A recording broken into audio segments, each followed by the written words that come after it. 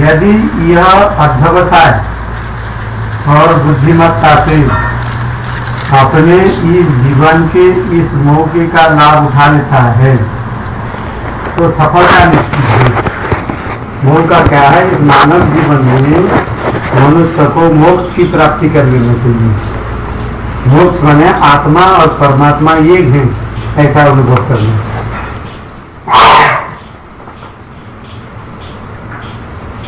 वेदांत की यही आश्वासन, वेदांत भी यही आश्वासन देता है।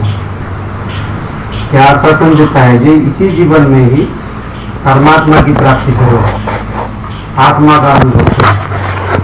आत्मा और परमात्मा एक है ऐसा देखो साक्षात्कार।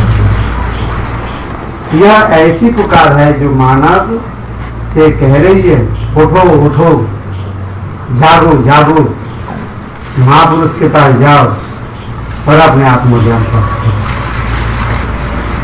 मानव जीवन का उद्देश्य भोग नहीं, भगवान से प्रेम। ये भोग और जोनियों में भी प्राप्त हो जाती है। मानव जोनि केवल भोग के लिए नहीं, निवृत्त होकर भोग भोगते हुए भगवान से मिलो, ये जीवन का लक्ष्य है। आलस को उतार के फेंक दो। आलस रहित होके, प्रमाद रहित होके, अज्ञान रहित होके जीवन जीने की कला को सीख लेना चाहिए।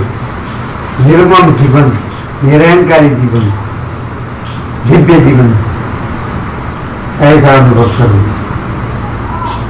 और समझदारी के साथ जीवन की चुनौतियों का सामना करो। जीवन समझपूर्वक होना चाहिए, यानी मन जो कहे तो करने लग गया।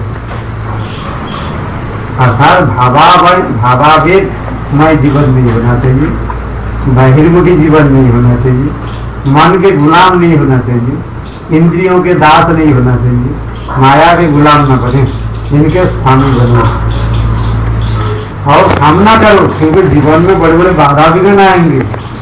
सत्य की अनुभव करने के लिए, चेतन की अनुभूति के लिए, आनंद की अनुभूति के लिए बड़े बड़े बाधा विघ्न तुम्हारे जीवन में आएंगे।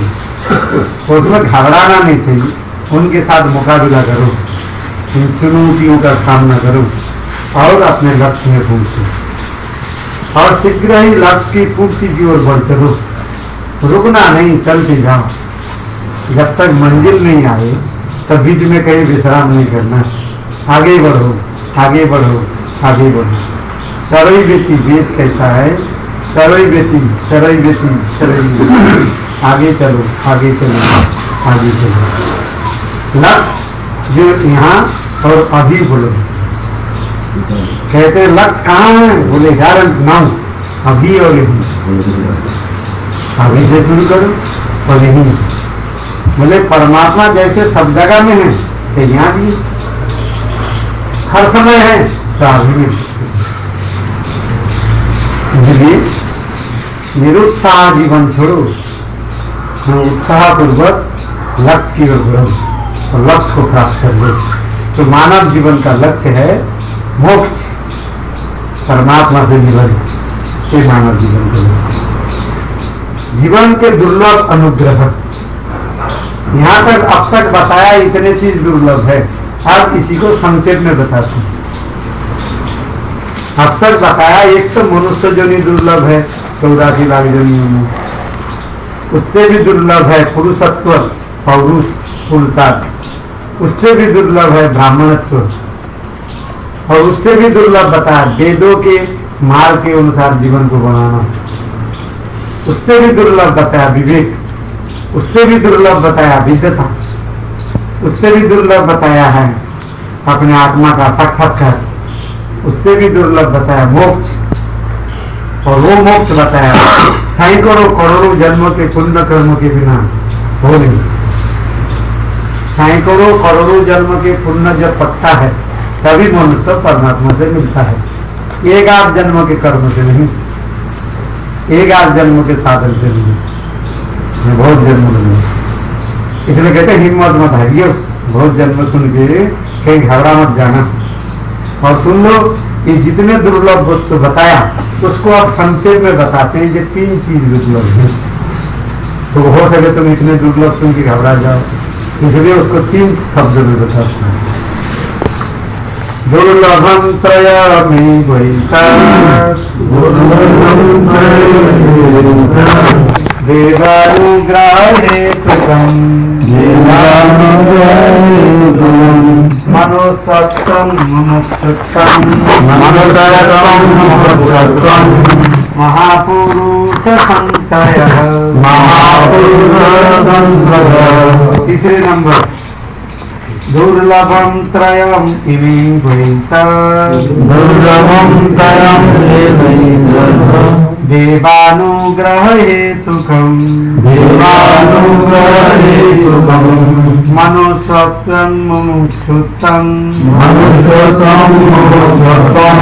महापुरुष संशयः। दुर्लभम जिसका प्राप्त करना कठिन हो।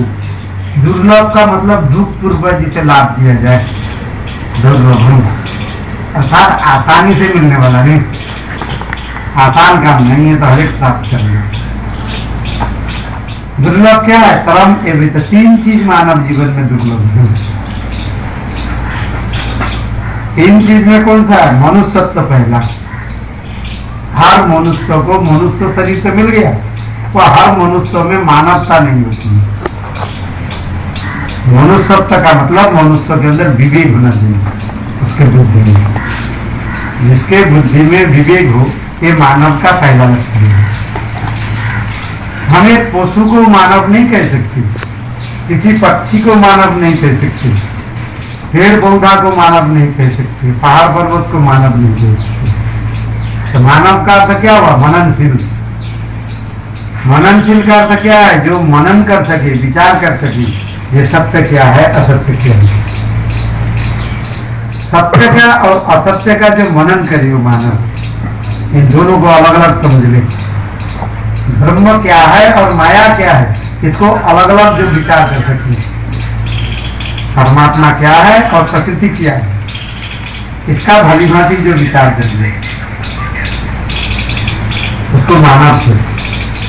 अर्थात मानव का पहला लक्षण है मननशील हो, जिसके अंदर विवेक, जड़ क्या है, चेतन क्या है, काल क्या है, अभाव क्या है, बंधन क्या है, मोक्ष क्या है, विद्या क्या है, अविद्या क्या है, जीव क्या है, ईश्वर क्या है, आत्मा क्या है, ब्रह्म क्या है, क्षेत्र क्या है, क्षेत्रज्ञ क्या है, शरीर क्या है, शरीरी क्या है, देह क्या है, देही क्या है, इसका जो भली भांति विचार कर लेता है उसको मानव है। कि मानव का पहला लक्षण मनुष्यत्व। दूसरा मनुष्यत्व का लक्षण है वैराग्य। जो हमने जान लिया असत्य क्या है, तो असत्य से प्रेम न करें, प्रेम सत्य से करना चाहिए। तो वैराग्य का मतलब असत वस्तुओं से घृणा करके उसे छोड़ दे। जितने भी असत वस्तु हैं, जितने भी नाशवान, जितने भी परिवर्तनशील वस्तुएं हैं, जितने भी दृश्य प्रपंच हैं, जो दिखाई दे रहा है सच्चा लग रहा है झूठा, तो बिना विचार के ये पता नहीं चलता सत्य क्या झूठा क्या है। तो झूठे वस्तुओं को वैराग करना, उसको घृणा करना। कैसे घृणा होना चाहिए? जैसे आप रास्ते में चल रहे हो, पैदल चल रहे हो और सामने टट्टी पड़ा हुआ है, तो आप उसको घृणा करके दोनों पैर बचा के चल देते हैं, उसके ऊपर पैर नहीं रखते। घृणा नहीं होता था कोई उसमें असावधानी से पैर बिठा। चलना चाहिए सावधानी से, और जो असद वस्तुओं से छोड़ते हुए चलना चाहिए। असद वस्तुओं को पकड़ के नहीं बैठ जाए कहीं। अर्थात परमात्मा की ओर चलने की जो मार्ग है, उस मार्ग में असद वस्तु तुम्हारे सामने आएगा। पहले असद की ओर से यात्रा शुरू होगी, तो असद वस्तु को समझ लेने के बाद उसे पकड़ोगे नहीं। तो समझदारी नहीं है तो पकड़ लोगे। और जब तक मनुष्य असद वस्तु का ग्रहण करता है, वो सत का अनुभव नहीं कर सकता। जीवन में यही विडंबना है, दुर्भाग्य है मानव का, वो असद वस्तु को सत समझ के पकड़ के बैठ गया, इसलिए उसको सत्संग नहीं मिल रहा है। सत्संग माने सत्य का संग, सत्संग माने सत्य का दर्शन, सत्संग माने सत्य का साक्षात्कार, सत्संग माने सत्य की अनुभूति, सत्संग माने सत्य को महसूस कर लेना, उनसे प्रेम कर लेना। सत्संग माने मैं सत्य हूं ऐसा अनुभव करना। मैं सत्य, सत्य और है, मैं और हूं, ये अज्ञान, और मैं सत्य हूं ऐसा अनुभव है, तो ये सत्संग मिलना, ये ज्ञान। तो दूसरा हो गया। तीसरा मनुष्यता का लक्षण होता है सब संपत्ति। मानव के अंतःकरण में सम भी होना चाहिए, दम भी होना चाहिए, उपरति होना चाहिए, तितिक्षा होना चाहिए, श्रद्धा होना चाहिए, समाधान होना चाहिए, फिर सब संपत्ति। ये 6 गुण कम से कम हर इंसान के अंदर होना चाहिए। ये 3 चीज मनुष्य जीवन में दुर्लभ है। मनुष्यता का 3 पार्ट हुआ, जैसे एक ही मकान में 3 कमरे हैं, ऐसे एक ही सूक्ष्म शरीर में ये 3 गुण आया। ये मानव का 3 लक्षण हुआ, विवेक, वैराग, सब संपत्ति। एक शब्द में कहूं तो मनुष्य सत्यम मानव था। हर मानव में ना विवेक होता है, ना वैराग होती है, ना सब संपत्ति होती है। ये 3 गुण जो बताया गया, ये 3 साधन जो बताया गया, ये 3 साधन हर इंसान के अंदर नहीं होता है। और जिस इंसान के अंदर होता है ये 3 गुण, 3 साधन, उस इंसान को कहते हैं दुर्लभ मानव। ऐसा मानव बड़ा दुर्लभ है, अर्थात दुख पूर्वक प्राप्त किया जाता है, बड़े कठिनाई से मिलते हैं। अर्थात हर गांव में नहीं होता, हर शहरों में नहीं होता, हर जिलाओं में नहीं होता, हर प्रांतों में नहीं होता, हर देशों में नहीं होता, कठिन, बहुत कम लोग इसकी संख्या। दूसरा बताया मुमुक्षुत्तम, दूसरा दुर्लभ, अर्थात कुछ लोगों में ये जो है मुमुक्षुत्तम का मतलब है मुक्ति के तीव्र इच्छा, परमात्मा से मिलने के लिए व्याकुलता, छटपटाहट, तड़फन। ये हर इंसान में नहीं होता। तड़फन होना चाहिए। कैसे तड़फन होना चाहिए? जैसे मछली को पकड़ के जब हम जल से स्थल में ले आते हैं, ये जैसे फड़फड़ाता रहता है जल में जाने के लिए, ऐसा तड़फन होना चाहिए परमात्मा को देखने के लिए, अपने आत्मा को देखने के लिए। ऐसा जिसमें तड़फन पैदा हो गया है, इसे कहते मुमुक्षुता,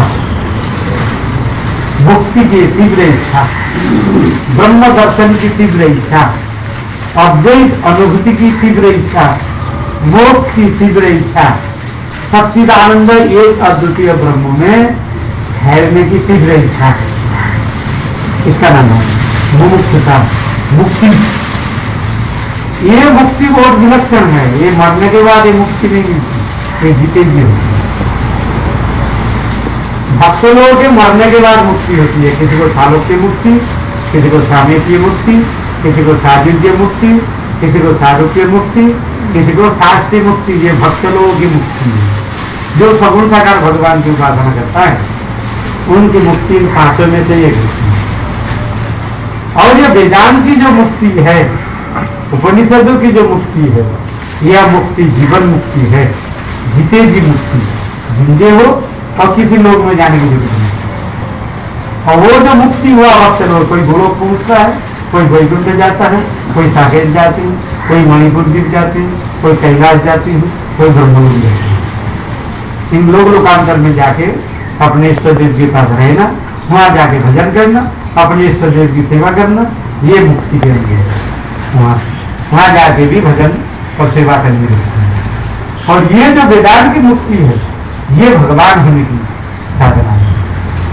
और जो भगवान हो गया, भगवान तो सब है ही, स्वरूप नहीं, जब अज्ञान में वृत्ति हो जाती है तो ये मुक्त। देखो तो खाना नहीं, तुम ब्रह्म हो जाओगे, वेदांत तुम्हें ब्रह्म बना देगा ऐसा नहीं। वेदांत कहता है तुम्हें ब्रह्म न होने का जो अज्ञान है, तो ये अज्ञान को सिर्फ मिटाना है, ज्ञान करना करना कुछ नहीं। सर्वे वेदांत आवरण भंगे प्रमिता, संपूर्ण वेदांत शास्त्र, संपूर्ण उपनिषद शास्त्र, ये कैसा केवल आवरण ही बन सकता है। जैसे तुम्हारे हमारे बीच में कोई पर्दा टांग दिया जाए, क्या तुम हमें देख सकते हो? नहीं, तुम नहीं देख सकते। तो बीच में पर्दा। तो ये पर्दा क्या है? जीव और ब्रह्म के बीच में जब माया की पर्दा आ जाती है तब वो ब्रह्म सर्वत्र होने पर भी और ब्रह्म सब होने पर भी इस जीव को दिखाई नहीं देता, ऐसा अनुभव नहीं होगा। जैसे राम पहले चल रही है, बीच में सीता जी, पीछे लक्ष्मण जी, तो सीता हो गया माया, राम परमात्मा, लक्ष्मण जी। तो दोनों के बीच में सीता रूपी माया आ जाने के कारण लक्ष्मण को राम नहीं दिखाई दे रहा है ना, तो बीच में सीता खड़ी है ना, इसलिए सीता को हटाने तो जीव को ब्रह्म का दर्शन हो गया। सीता का मतलब माया, अर्थात जीव और ब्रह्म के बीच में जब माया आ जाती है, ऐसे चंद्र ग्रहण सूर्य ग्रहण भी होता है, तो बीच में कुछ ना कुछ आता है, इसमें ग्रहण लग गया। तो लोग कहते हैं राहु खा लिया, राहु खा लिया सूर्य ग्रहण, पौराणिक दृष्टिकोण।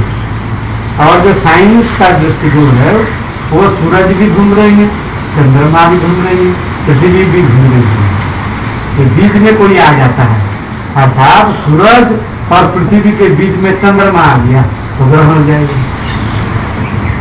या चंद्र और पृथ्वी के बीच में सूरज आ जाएगा तो ग्रहण हो जाएगा।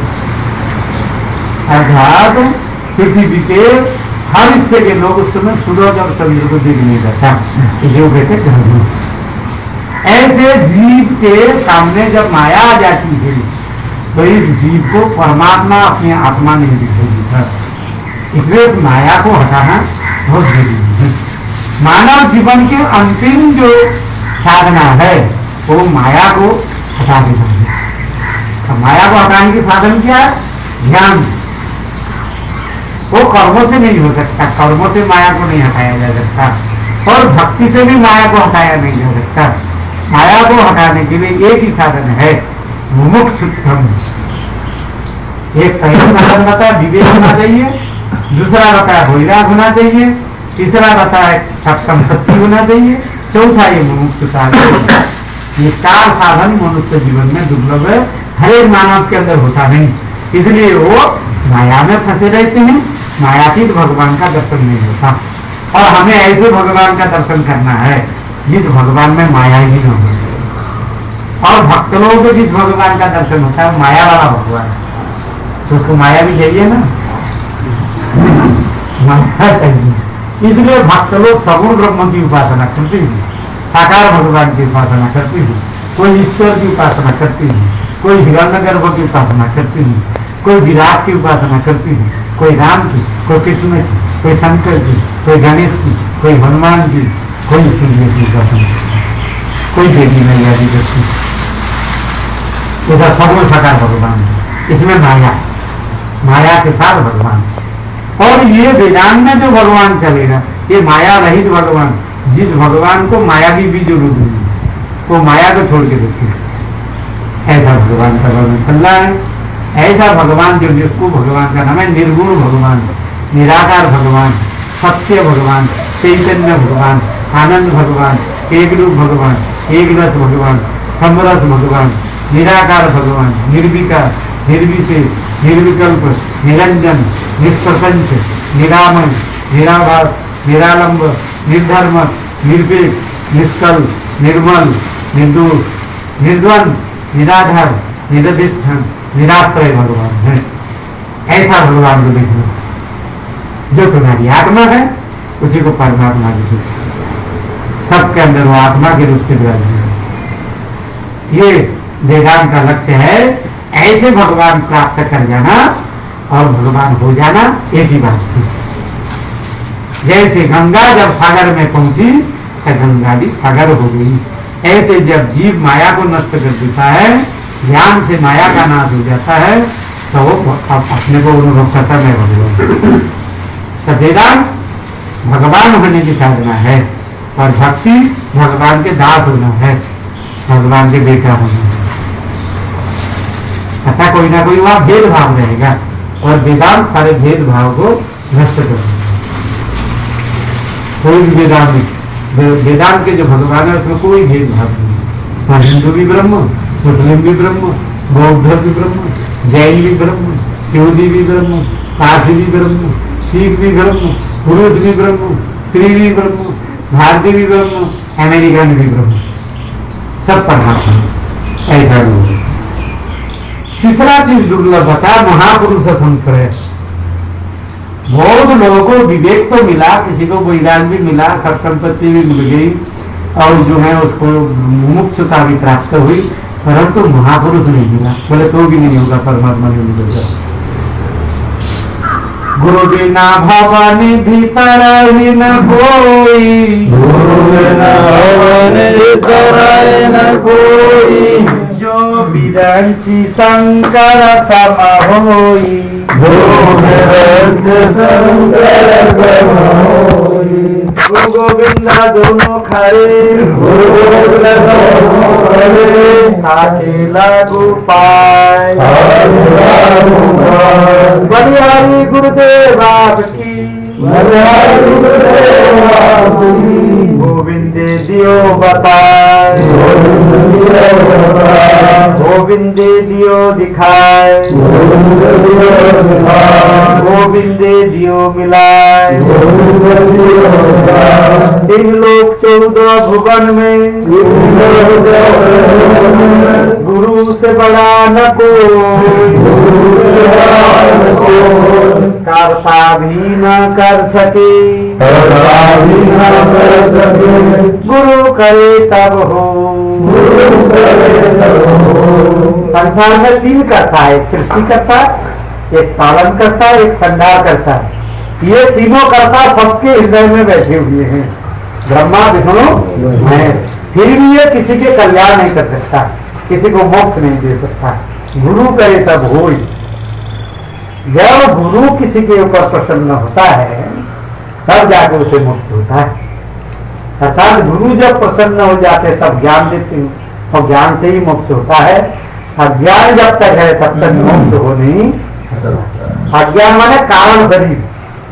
तुम्हारे पास एक स्थूल शरीर है, इसके अंदर सूक्ष्म शरीर है, उसके अंदर एक कारण शरीर है। कारण शरीर माने माया। अर्थात जीव का जब तक माया के साथ, कारण शरीर के साथ संबंध बना रहेगा तब तक ये सैकड़ों ब्रह्मा के उम्र क्यों ना मिल जाए फिर भी मुक्ति हो नहीं। ज्ञान मूलम गुरु मूर्ति,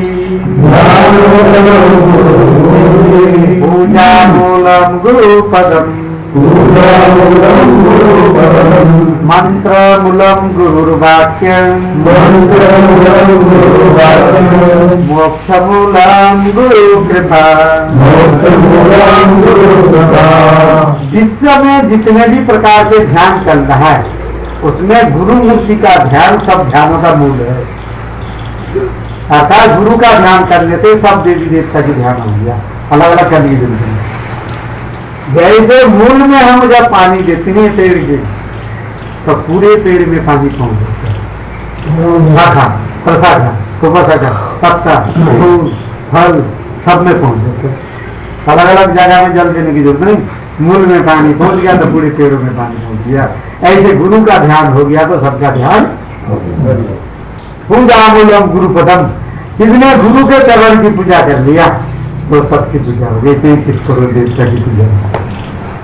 पूजा मूलम गुरु पदम, मंत्र मूलम गुरु वाक्यम, और जिसने गुरु मंत्र का जाप कर लिया, गुरु मंत्र का जाप कर लिया, गुरु के आज्ञा का पालन कर लिया तो उसको सब मंत्र जपने का फल मिलेगा।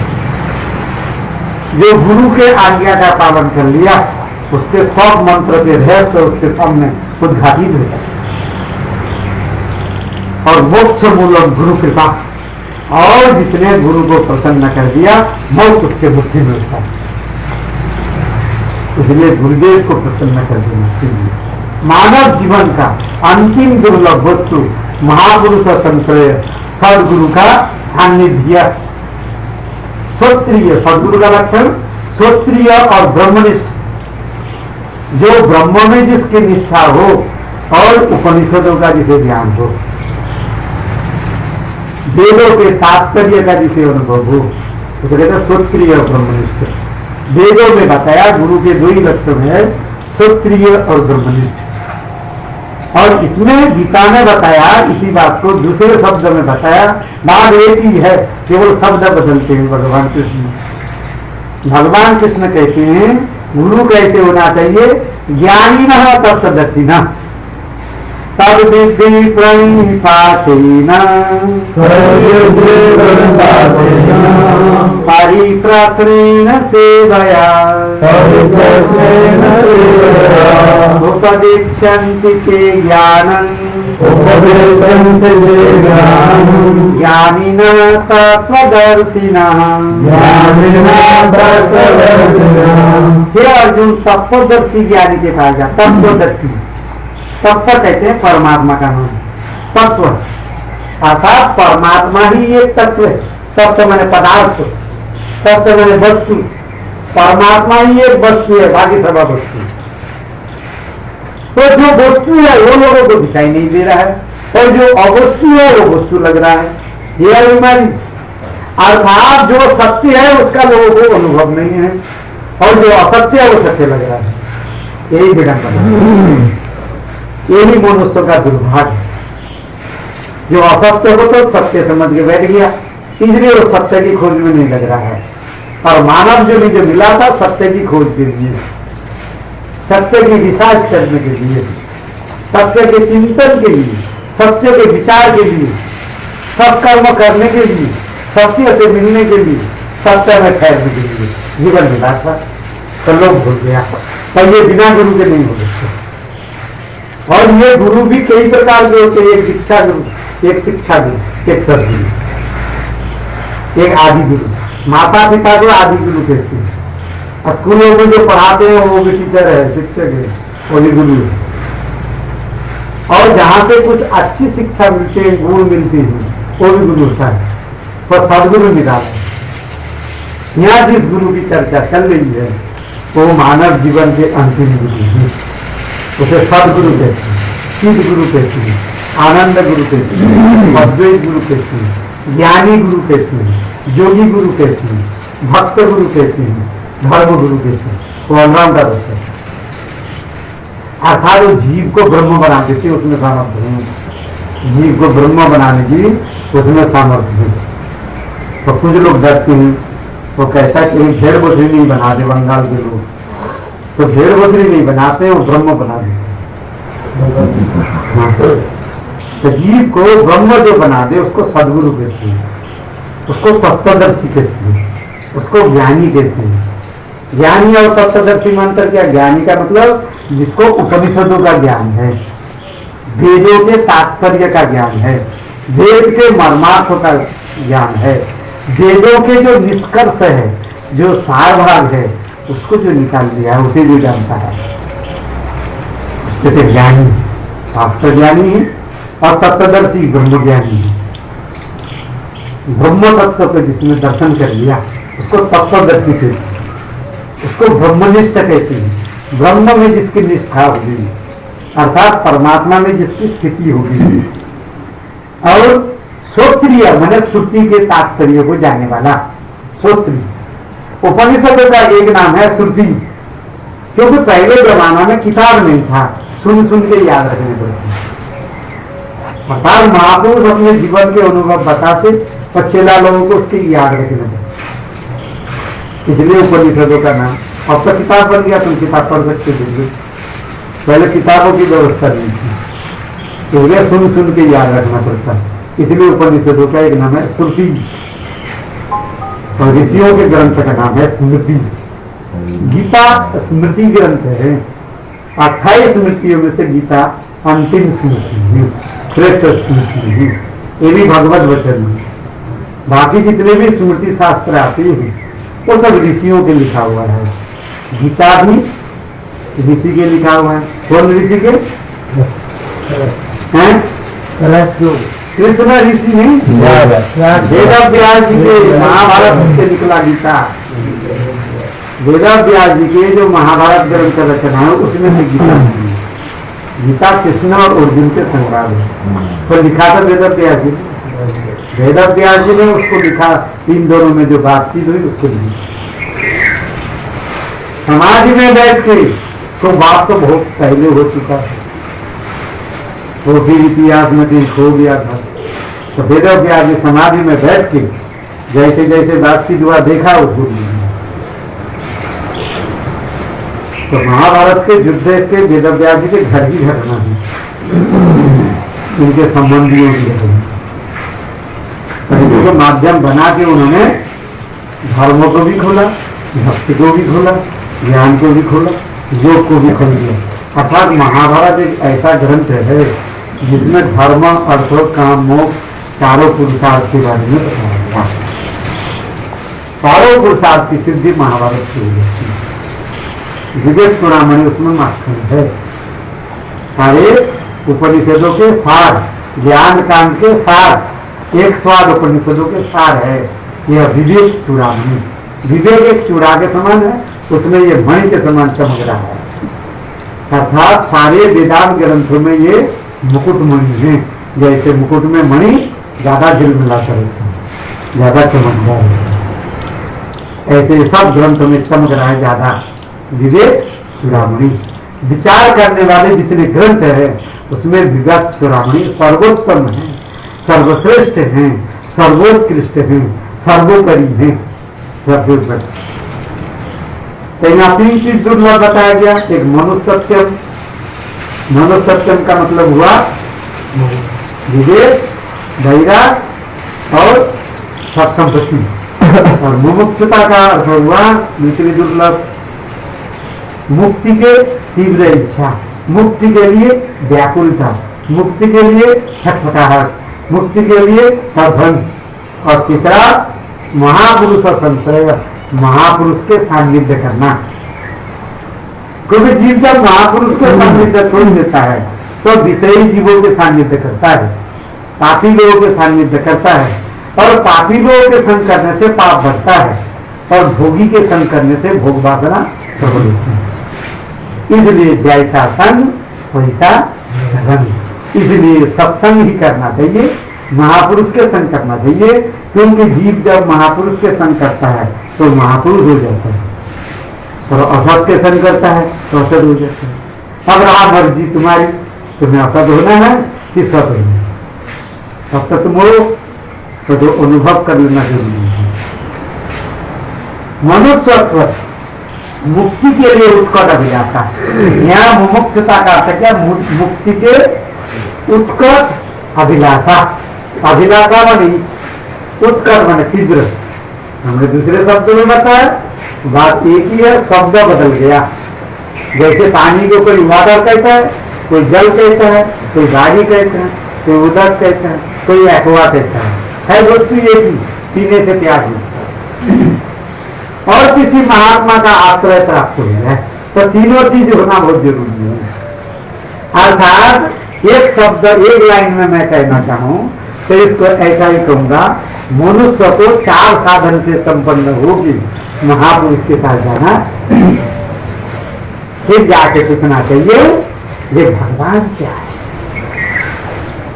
है और मैं कौन हूं, और भगवान के साथ हमारा क्या संबंध है, ये तभी पूछना चाहिए मनुष्य को।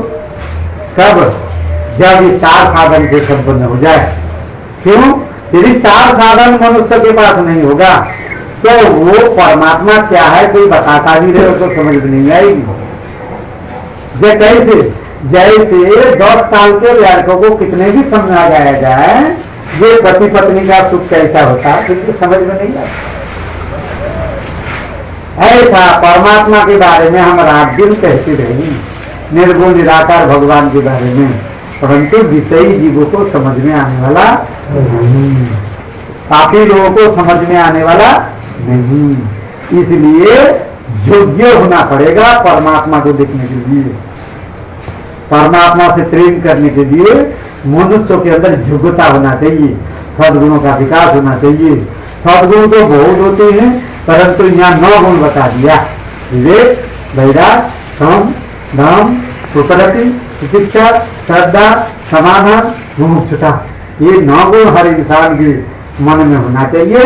ये मन में जब इन 9 गुणों के विकास होता है तभी वो महापुरुष के जाके ये प्रश्न करने का अधिकारी होगा, ये मैं कौन हूँ, भगवान क्या है, भगवान के साथ हमारा क्या संबंध है। बंधन कैसे हुआ, बंधन कैसे, इसके आधार कौन है, और ये बंधन से मुक्ति कैसे होगी। तो ये सब प्रश्न पूछने का अधिकारी तभी होगा जब उसके पास ये 9 गुण उसके अंतःकरण में आए। इसके पहले नहीं, तो इसके पहले वो बताएगा तो समझ में आएगी। अर्थात पहली क्लास के बच्चे को एमए के कोर्स बताया जाए तो समझ में कुछ नहीं आएगी, या कॉलेज के कोर्स बताया जाए, या इंटर के कोर्स बताया जाए, या हाई स्कूल के कोर्स बताया जाए, तो उसके समझ में कुछ नहीं आएगा। इसलिए योग्य होना बहुत जरूरी है। अर्थात एमए के मास्टरी डिग्री लेने के लिए तो एमए में एडमिशन लेना, उसके कोर्स पूरा करना बहुत जरूरी है। ऐसे परमात्मा को प्राप्त करने के लिए जो है मनुष्य के अंदर ये 4 साधन होना बहुत जरूरी है। 4 साधन को 9 गुणों में बताया। तीसरे साधन में 6 गुण आ गया, सम दम प्रकृति शिक्षा श्रद्धा समाधान, ये एक ही साधन में दिया।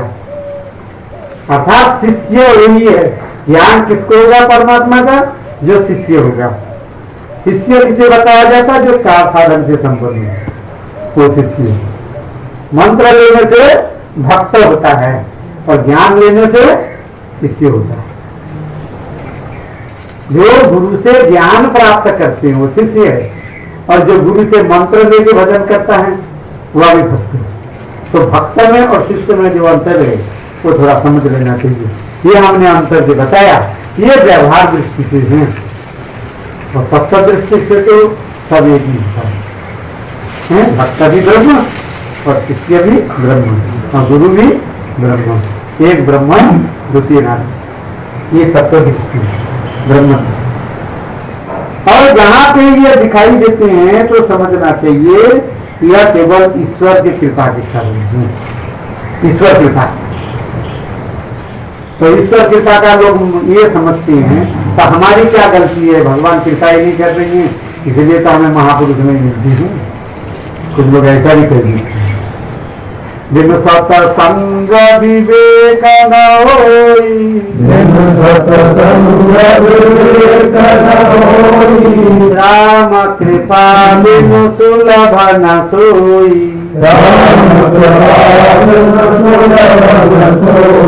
बोले क्या करे, राम की कृपा नहीं है तभी तो हमें सत्संग नहीं मिलता है, राम की कृपा नहीं कर रही है। ऐसा करे राम की कृपा होती है तभी लोग राम का भजन करता है, और राम का जब भजन करता है तो आदमी को फिर सत्संग मिलता है, और जब सत्संग मिलता है तभी विवेक होता है, और जब विवेक होता है ना तब मन के अंदर जो अविवेक है वो दूर हो जाता है। जैसे जब सूरज उदय होता है तो रात्रि नहीं रहती, अंधेरा नहीं रहता। ऐसा जहाँ विवेक बुद्धि में उत्पन्न होगा तो वह जो अविवेक का भाग है वो नहीं रहेगा, वो चला जाएगा। तो बोले इसके लिए ईश्वर की कृपा है, अर्थात ईश्वर कृपा करने के लिए तो बैठे हैं, तो कोई ईश्वर का भजन करे तभी कृपा का अनुभव होगा। जो ईश्वर के भजन नहीं करता है उसको ईश्वर क्या चीज है वो उसको जानने के लिए, उससे मिलने के लिए, उससे प्रेम करने के लिए तड़फन पैदा नहीं होगा। इसलिए जिसको स्वयं को पहले पुरुषार्थ कृपा करने को कीजिए, पहले अपनी कृपा होगी तभी ईश्वर कृपा होगा, फिर तभी जाके ब्रह्म बुद्ध होगा।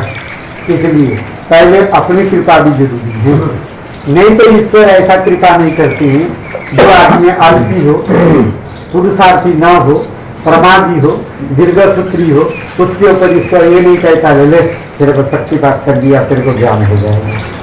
ईश्वर ऐसा भी नहीं करता। अर्थात तुम प्रयास करोगे तो ईश्वर कृपा का भी तुम्हें अनुभव होगा, वेद कृपा का भी तुम्हें अनुभव होगा, और जो है तुम्हें गुरु कृपा का भी अनुभव हो जाएगा जब गुरु के पास जाएगा। तो इसलिए पहले अपनी कृपा प्रधान है, और ये मोक्ष शास्त्र जो है ये पुरुषार्थ प्रधान है। ये किसी के ऊपर भगवान के ऊपर भरोसा करके बैठ जाना नहीं, क्योंकि भगवान तो सबके अंदर है, उसे पुरुषार्थ करके देखना है। आलसी आदमी उसे देख नहीं सकता, प्रमादी देख नहीं सकता, तमोगुणी देख नहीं सकता, रजोगुणी नहीं देख सकता, इसलिए सतगुणी तो होना ही चाहिए। इसलिए स्वयं को पुरुषार्थ करना पड़ेगा, तभी दर्शन होगा, तभी लाभ होगी। इसलिए चारों कृपा यहाँ समझ लेना चाहिए।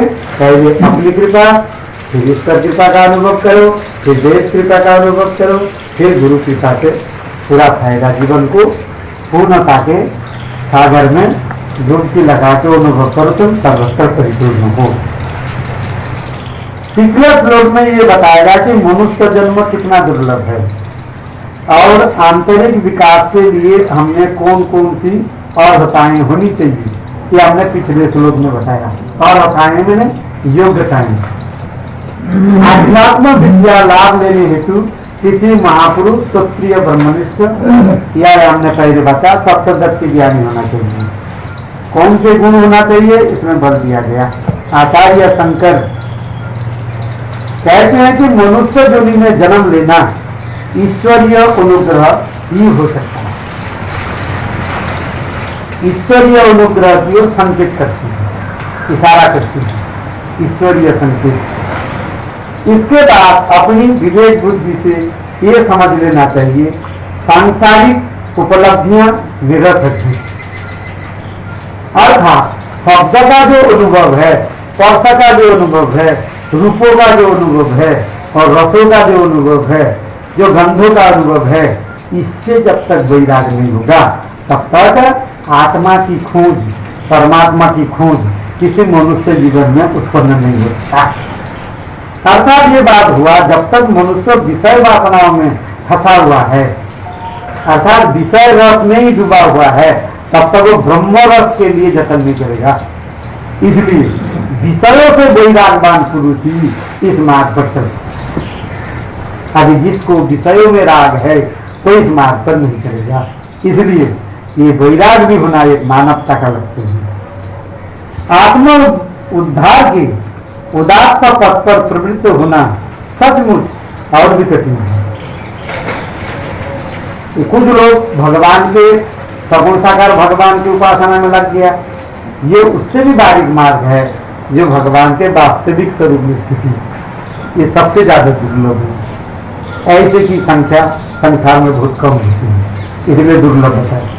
दुर्लभ माने कभी मिलेगा नहीं ऐसा नहीं, बड़ा कष्ट है, बड़े परिश्रम है, बड़े मेहनत है, और ये मेहनत को, कठिन परिश्रम को हर एक करना नहीं चाहता, इसलिए बोले इसकी संख्या भी संसार में बहुत कम है। अर्थात संसार में आज हम देखते हैं तो पापी लोगों की संख्या सबसे ज्यादा है, उसके आगे हम देखते हैं तो उससे कम विषयी लोगों की संख्या, उससे भी कम सगुण साकार भगवान के उपासक, उससे भी कम जो जिज्ञासु है, मुमुक्षु है और दैवी संपत्ति से संपन्न है तथा देव मानव है। ऐसे देव मानव की संख्या, जिज्ञासुओं की संख्या, मुमुक्षुओं की संख्या सबसे ज्यादा कम होती है, और महापुरुष तो गिने चुने हुए होते हैं, वो और ज्यादा दुर्लभ। इसका मतलब घबराना नहीं, कहने का मतलब उसमें तुम नंबर लेने का कोशिश करो। जिज्ञासुओं में कम से कम, मुमुक्षुओं में, सज्जनों में, देव मानवों में, मानव मानव में तुम्हारी स्थान आ जाए, इसके लिए तुम अपने अंदर 4 साधन मजबूत कर लो। विवेक पक्का करो, वैराग पक्का करो, सत्संपत्ति पक्का करो, मुमुक्षुता पक्का करो और महापुरुष के सान्निध्य करो। तो फिर महापुरुष से आपको 3 साधन मिल जाएगा। पहला साधन श्रवण, फिर दूसरा साधन मनन, तीसरा साधन निधिध्यासन और चौथा साधन सप्तम पदार्थ के शोध। तो ये चारों साधन महापुरुष से ही मिलेगी। ये चारों साधन जब आपको मिल जाएगा, पहले तो महापुरुष से श्रवण होगा, श्रवण से फिर करना है मनन, फिर निधिध्यासन, सप्तम पदार्थ के शोध। तो इसके बाद ब्रह्म क्या है, निर्गुण ब्रह्म क्या है, निराकार ब्रह्म क्या है, इसका साक्षात्कार की घटना तुम्हारे जीवन में आ जाएगी, शुरू हो जाएगा। तो सबसे ज्यादा दुर्लभ ये हो गया मनुष्य जो निपाकर अपने बंधनों से मुक्ति पाने के लिए प्रयास। बंधन क्या है, तुम्हें कोई बांध दिया है, और बंधन क्या थोड़ा समझ लेना चाहिए संक्षेप में। बंधन कहता है तुम चेतन होने पर भी जड़ शरीरों के धर्म को अपना धर्म मान लिया, इसका मतलब तुम तीनों शरीरों में बंध गए, यही बंधन है। बंधन कभी हो सकता है तो तुम चेतन और चेतन कभी जड़ से बंध सकता है, तो बंध गया। ये बंधन भी झूठी है, इसलिए मोक्ष भी झूठी है। आगे बात आएगी। तो बंधन झूठी है, अभी ये नहीं लग रहा है, अभी ये लग रहा है सच्चा है, मैं बंध गया। अर्थात तीनों शरीर के धर्म जब ये लागे मेरा ही धर्म है तो तुम बंध गए। अर्थात चेतन जब स्वयं को भूल जाता है तो जड़ शरीर के धर्मों उसे लगता है कि मेरा ही धर्म है, ये मैं ही हूं, ये मेरा ही है। ऐसा जो लग रहा है यही बंधन लगना।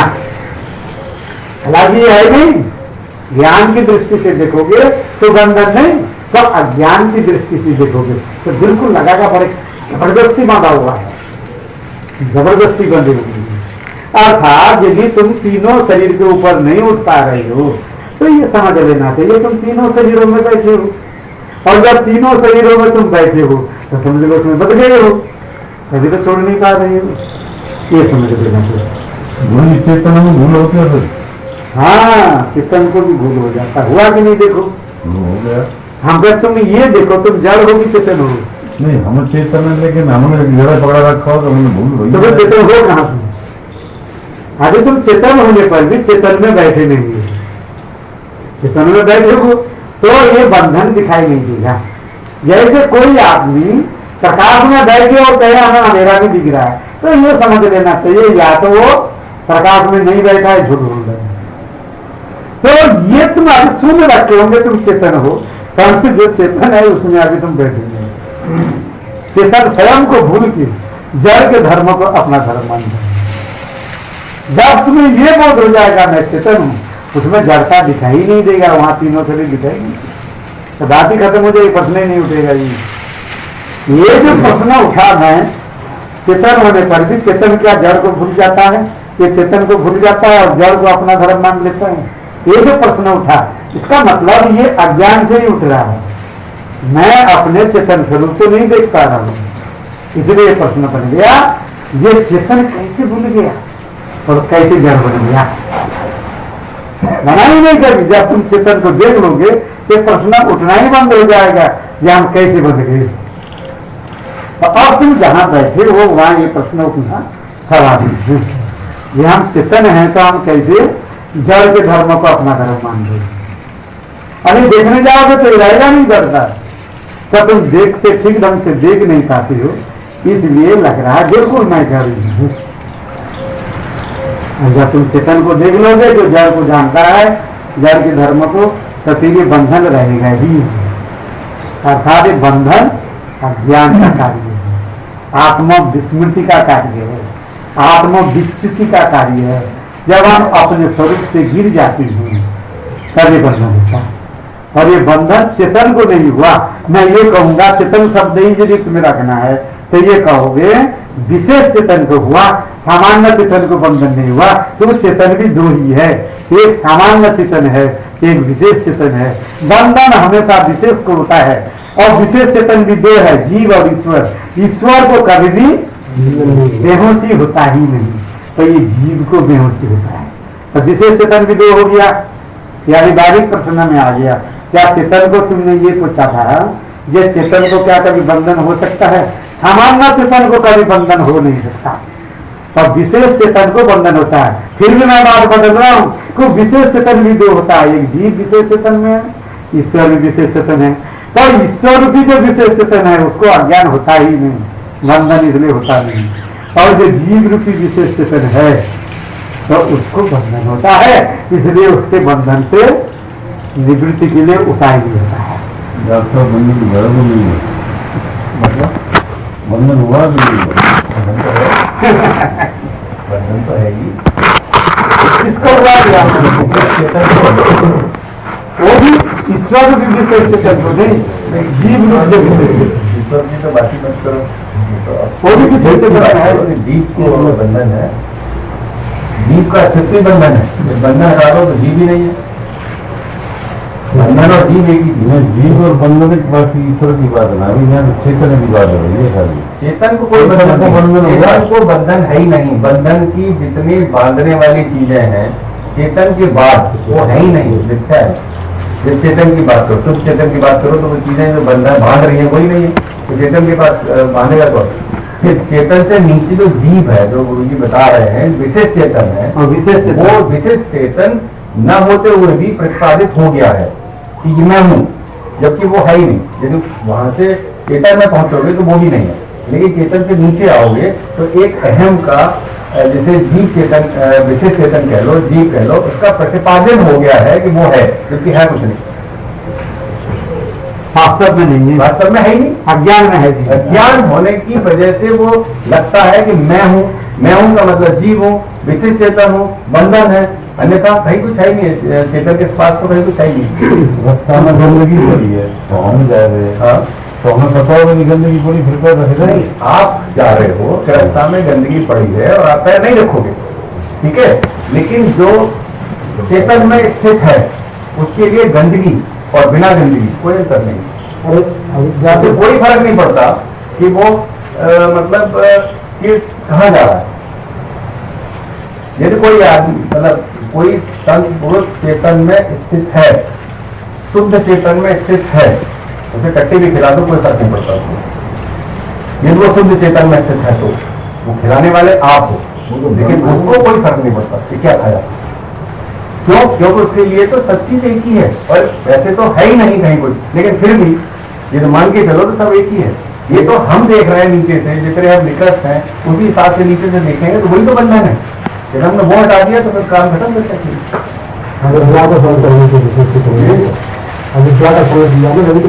ये हम, मैं, हम, तुम, ये वो मिट्टी, ये सब क्या है? ये विशेष चेतन ही है, मिट्टी भी विशेष चेतन ही है, बुद्धि नहीं, उस पर बुद्धि नहीं है, अदरवाइज विशेष चेतन नहीं है। उसमें बुद्धि कैसे डाल देता है कंप्यूटर? सिलिकॉन जो धूल के कणों से कंप्यूटर बना देते हैं जो बहुत फास्ट कैलकुलेशन करता है, और उसमें आदमी नहीं है, लेकिन वो कैलकुलेशन करता है, उसमें सेल लगा देते हैं, बैटरी लगा देते हैं, क्या आदमी से ज्यादा कैलकुलेशन करता है? वो सिलिकॉन का मतलब धूल का कण, उससे बनता है वो, लेकिन वो ही चेतन है। तो विशेष चेतन जो प्रतिपादित हो गया है वही मिथ्या है और वही अज्ञान है, और वही हटाना है।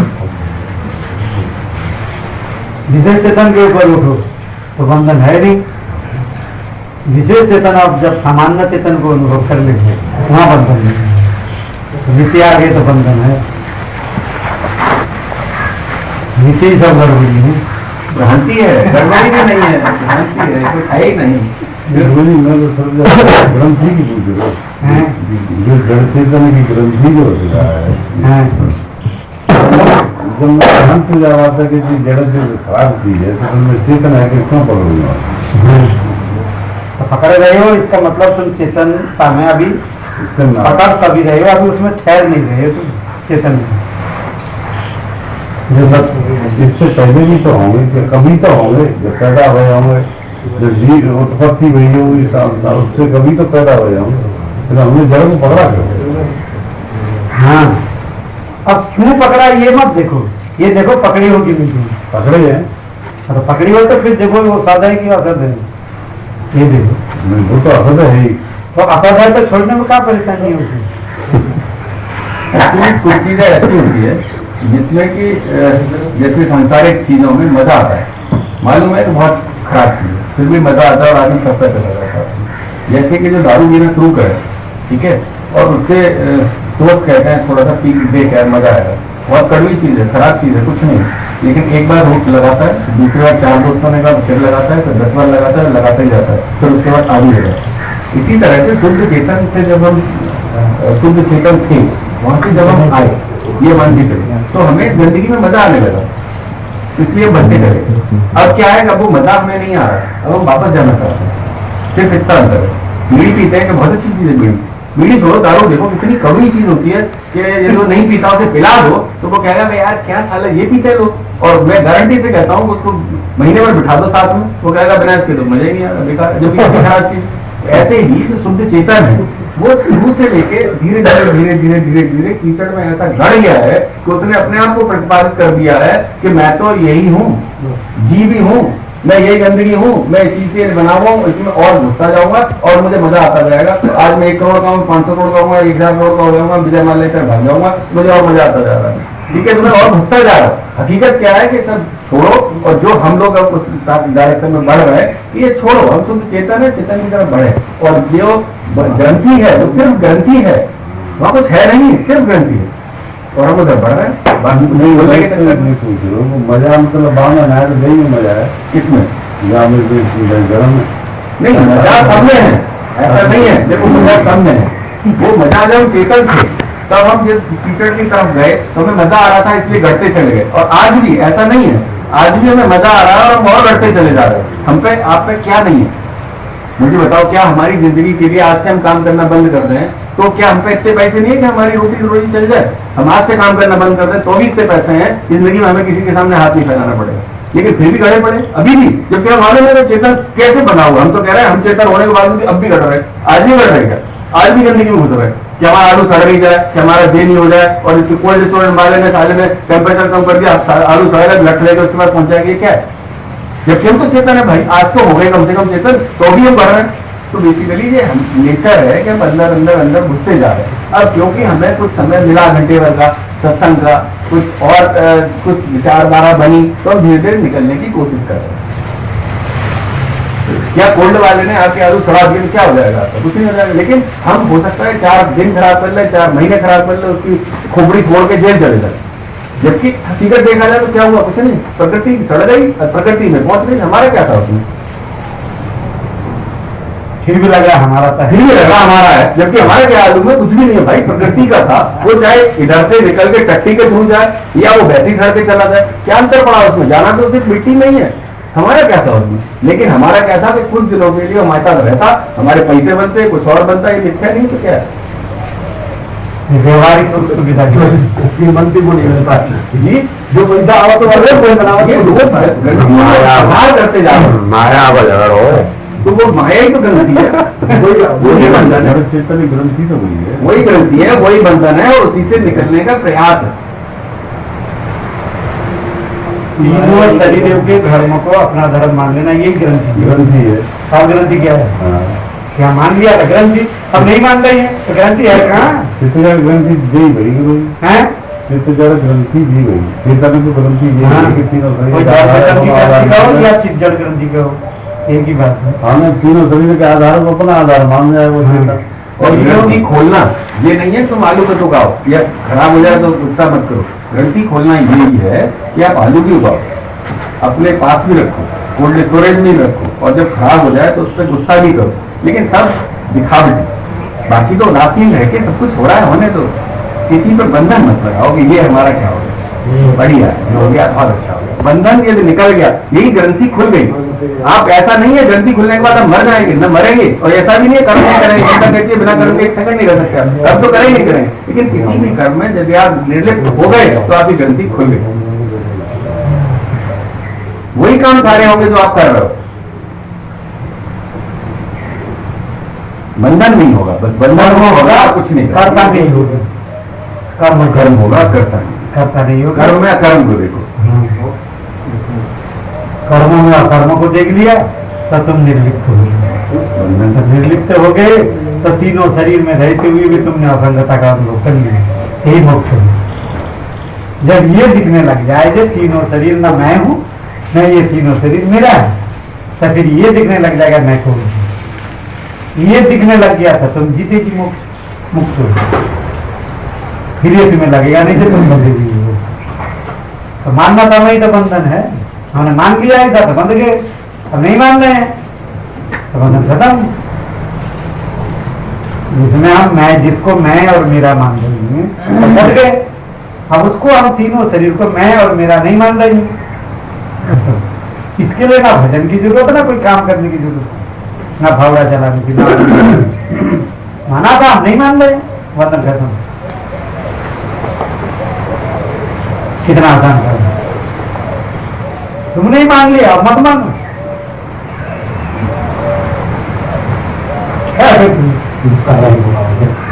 नहीं, कार्रवाई का काम नहीं है, यहाँ तक बहुत बहुत बहुत आसान का काम है। जो मेरे लिए कार्रवाई का काम है वो ये है, बंधन तो बहुत आसान, बंधन मुक्ति हो गया, लेकिन ब्रह्म में लीन होना, सप्तम पदार्थ का शोध होना, ब्रह्म लीन होना, ब्रह्म के दर्शन होना उसके पहले, ये मेरे लिए बहुत कठिन काम है। बंधन मुक्ति बहुत आसान है, आपने बंधन बांधा आदमी शरीर, जब माँ के पेट से पैदा हुए थे कौन सा बंधन था? सिर्फ पहला बंधन दूध का आया कि माँ के दूध पीना, अदरवाइज कौन सा बंधन था भाई? तो जहाँ तक आ गए उससे वापस जाओ। संस्कार भी अपनी जगह हैं, मैं ये नहीं कह रहा संस्कार नहीं है, संस्कार भी अपनी जगह है, लेकिन संस्कार अपना काम कर रहे हैं। आप क्यों बदल रहे संस्कार में? नहीं, संस्कार से कम बने हुए हैं। नहीं, वो बधे हुए हैं, हमने मान लिया कि बधे हुए हैं, हम नहीं बधे हुए। संस्कार अपना काम करेंगे। अब मैं यहाँ से निकलता हूँ, मेरा एक्सीडेंट हो जाए, 1 सेकंड की मतलब संस्कार में एक्सीडेंट हो गया, बात करो तो क्या समझ हो गया? मैं जाके दारू पी के एक्सीडेंट कर दूं तो ये मेरा कर्म हो गया। तो मैं कर्म क्यों करवा सकता? हो गया उदासीन, कल की तो बात है, उदासीन हो गया, ठीक है। उदासीन है, उदासीन जितना उदासीन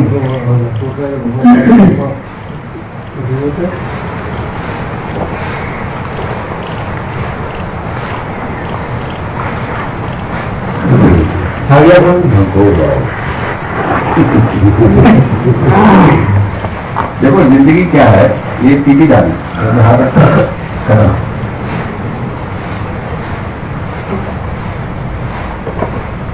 सब चीजें माटी में है, कोई हिली नहीं, कोई कुछ नहीं हुआ, कुछ नहीं हुआ, उसका चलना बंद हो गया। न चेतन कहीं गया, न जड़ कहीं गया, न वायु कहीं गई, कहीं कुछ नहीं गया।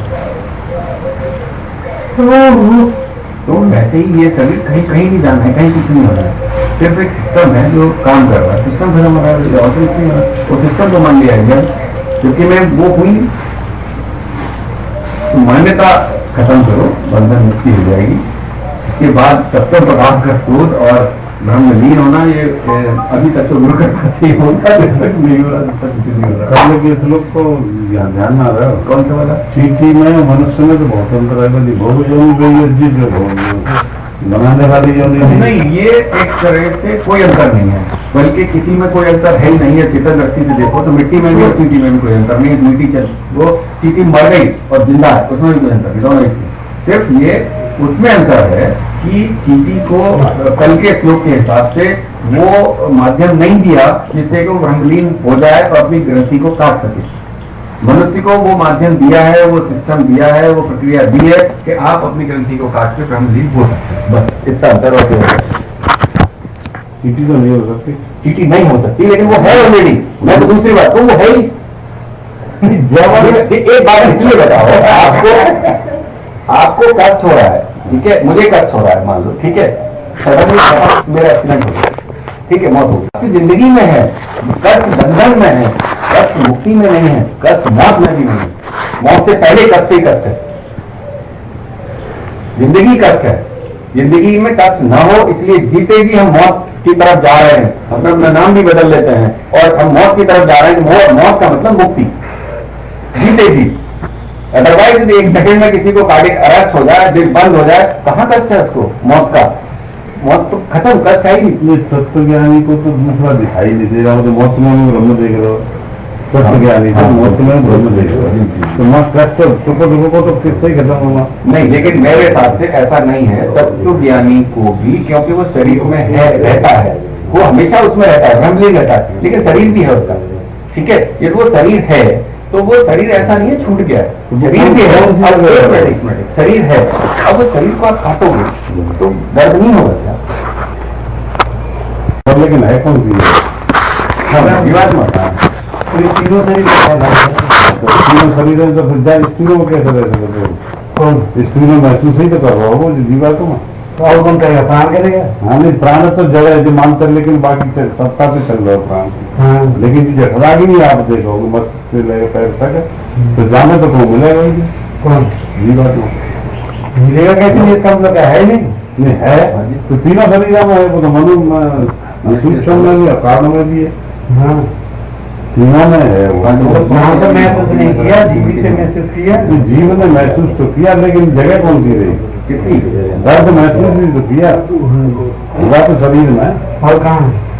तीनों शरीर में पैदा हुआ है, तीनों शरीर में कहीं भी गड़बड़ी होगी और जीव सजगता में तो जो उनको बुझेगा कहाँ क्या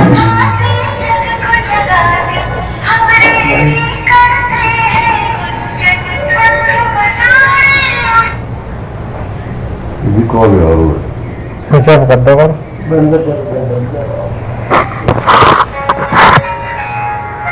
अंग्रेजी प्रकरण बहुत बड़ा गंभीर है और जब पूरा आगे जब बढ़ी तो जाए लोग को समझ आ जाए।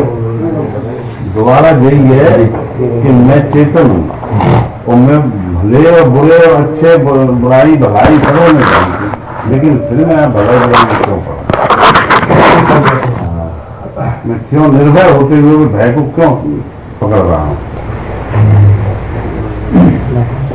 मेरा स्वरूप निर्भय है, मेरे अंदर कोई विकार नहीं है, मैं कुछ कर नहीं सकता, खटर पटर नहीं है, तो मैं सामान्य होते हुए विशेष कैसे बना और विशेष से मैं तीनों शरीरों से कैसे बना। तो भूलों तो एक खटर पटर नहीं। अच्छा, मैं आपसे पूछ रहा हूँ, थोड़ा पर्सनल क्वेश्चन है, ठीक है। आपको शुगर है, आपको मालूम है कि शुगर एक बीमारी है, आपको मालूम है कि शुगर को कंट्रोल रखना चाहिए, आपको मालूम है दवाई से कंट्रोल हो जाएगी, फिर आप ये क्यों करते रहते हो कि छोड़ दी, फिर ले ली, फिर बढ़ा दी, फिर घटवा दी, क्यों करते रहते हो? नहीं, ये घटा दी बढ़ा दी जी, तो जिस प्राण को बिना त्याग किए अपने आप करते रहते हो, क्यों करते रहते हो? तो मैं तो क्या नहीं, आपके अज्ञान के मैं अभी चेतन भूल जाओ, आपके अपनी बुद्धि के हिसाब से अब ये शरीर है, चेतन भूल जाओ, इस शरीर में आपकी बुद्धि है, वो बुद्धि आपको क्यों इधर भटका देती है, जो कि चीज ठीक नहीं है आपके लिए। तो मैं जाइए तो पूछ लो क्यों। ऐसे ही चेतन भटक जाता है, ऐसे ही मतलब क्यों भटक जाता है, वो आदतन मान के चलो कि ये शरीर में जैसे ही जाता है वैसे ही शरीर के धर्म में बह जाता है और वो भटक जाता है। तो फिर भटक जाता है, तो फिर वो चेतन शुद्ध ना है। गुरु जी बताएंगे, भटक जाते हो तो अब गुरु जी नहीं भटक रहे। गुरु जी इसमें कुछ बताएं। मैं ये कहूँगा तुम चेतन ये अनुभव हो गया तुम्हें? अच्छा, तो उसमें खैर भी होगा, क्षणिक से कुछ नहीं होगा, आपको खैर गुरु जी ये जगह बात आएगी कि सूर्य से जाकर अगर देखा जाए नीचे तो संसार दिखेगा, और यहाँ पे सूर्य को देखा जाए तो सूर्य पे जाके देखा जाएगा। उस तत्व को पहुंचने के बाद ही हमने देखा, तभी तो हमें अनुभव आया कि तत्व पदार्थ ये है कि मैं पहले में जो ज्ञान उसमें फंसा हुआ था और अन्य ज्ञानी हो, मुझे पता था कि मैं तो खामा खा फंसा हुआ, मैं तो बिल्कुल निर्विकार और निर्विकल समझने हो। जब तत्व पर पहुंचने के बाद ही तो भय अनुभव। लेकिन मैं बात तत्व की पूछ रहा हूँ कि बात तत्व ने इस बंधन को क्यों पकड़ा? जो तत्व निर्विकार है, जिसमें कोई विकार नहीं। तो बंधन है क्या? जो चेतन को देखा बंधन है क्या? देखा चेतन के बंधन में तो बैठे ही चेतन ही बंधन में बैठा हुआ। कौन सी चेतन की बात कर रहे हो? मैं दो चेतन बात कर गया, एक सामान्य चेतन एक विशेष चेतन, तो कौन सी चेतन में बैठे हो? विशेष की तो ये है कि हर जीवात्मा विशेष में ही आ गए हो। हाँ, और विशेष में ईश्वर तो आ नहीं सकता। क्यों? विशेष चेतन विशेष में ईश्वर भी आ सकता है, समझे जो होता हुआ गलत है, लेकिन ब्रह्म नहीं आ सकता। तो वो ब्रह्म से ईश्वर की उत्पत्ति है और ईश्वर से जीव की उत्पत्ति है। अब जो तत्वमसी महावाक्य के द्वारा अगर इसको समझ आ जाए वो तत्व एक ही है तो ब्रह्म में लीन है गए। लेकिन जो तत्वमसी का बोध नहीं है जहाँ तक, और फिर उस तत्व में तत्वमसी महावाक्य की उत्पत्ति कैसे हुई, यानी उस ब्रह्म से ये संसार कैसे बना? ये दास्तान में पहले जना पूछ के आ जाएगा। तो नहीं, अगर तुम शोध कर लिया क्या भी नहीं करा था? तो शोध रह जाते तो प्रश्न नहीं उठे, तो जाते मेरे ये पुराने जो बात से हम वापस पहुंचते हैं कि शुद्ध चेतन है, शुद्ध चेतन से ईश्वर बना।